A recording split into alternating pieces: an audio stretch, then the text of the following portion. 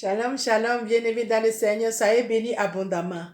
Le livre d'Exode 12, verset 1 à 3 nous dit ceci. L'Éternel dit à Moïse et à Aaron, dans le pays d'Égypte, ce mois-ci sera pour vous le premier des mois. Il sera pour vous le premier des mois de l'année. Parlez à toute l'assemblée d'Israël et dites, le 10e jour de ce mois, on prendra un agneau pour chaque famille, un agneau pour chaque maison.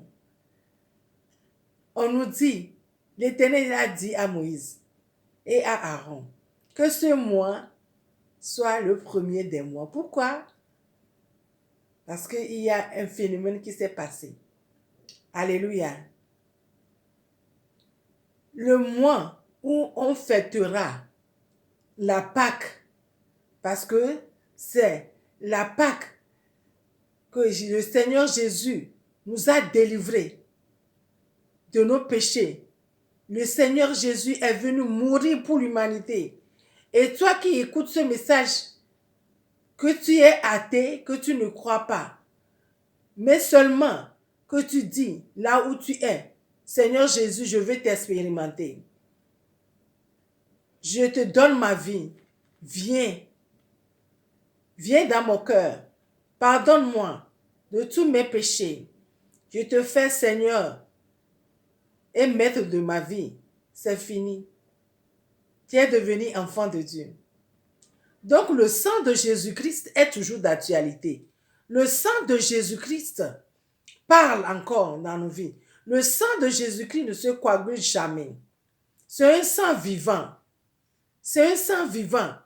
Il a versé son sang il y a 2000 ans, mais ce sang parle encore dans nos vies. Il suffit seulement de l'invoquer. Et on nous dit que ce mois, le mois dans lequel on fêtera la Pâque, que ce mois soit pour nous le premier des mois. Pourquoi?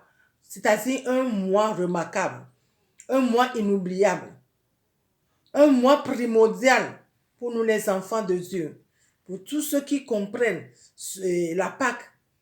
Amen. Aujourd'hui, on demande, dans l'Ancien Testament, on a demandé à Moïse et à Aaron de dire aux enfants d'Israël que chacun prenne un agneau pour chaque famille, pour chaque maison. Imaginez, chaque maison doit prendre un agneau et l'égorger. Le pays serait tout couvert de sang.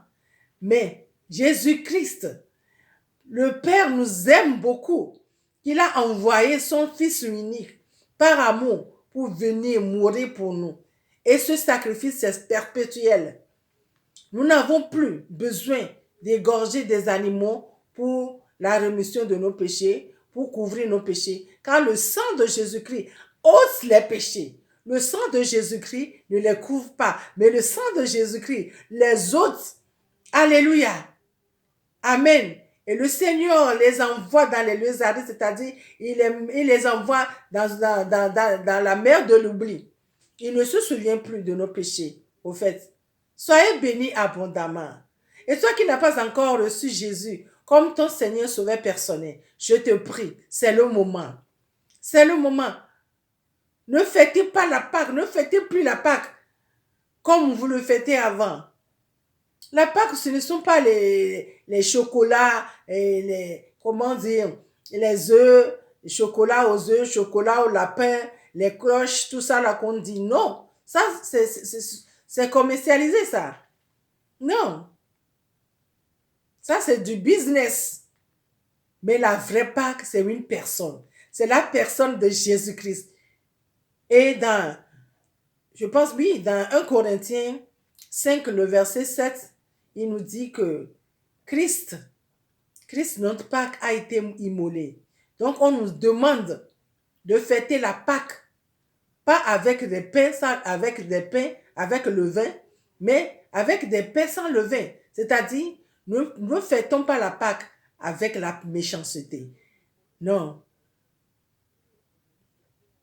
Avec la méchanceté, non, mais avec un cœur libre, un cœur d'amour, un cœur passionné de l'évangile. Soyez bénis abondamment. Alléluia. Soyez bénis, toi qui écoute ce message. Jésus t'aime et il revient bientôt. Il est à la porte. Il est à la porte. Sois béni. Jésus t'aime. Ne l'oublie pas. Son retour est imminent. Son retour est imminent. Alléluia. Et nous disons chaque fois que Jésus revient, Jésus revient, Jésus revient. Et les gens nous demandent quand est-ce que Jésus va venir. Jésus même a dit qu'il ne connaît pas le Père, que le Père seul qui connaît l'heure. Mais pour ceux qui sont déjà morts, Jésus est déjà venu pour eux. Jésus est déjà venu pour eux. Toi qui es encore à vie, mets ta vie en règle. Mets ta vie en règle avant qu'il ne soit trop tard. Amen. Amen. Jésus t'aime, ne l'oublie pas.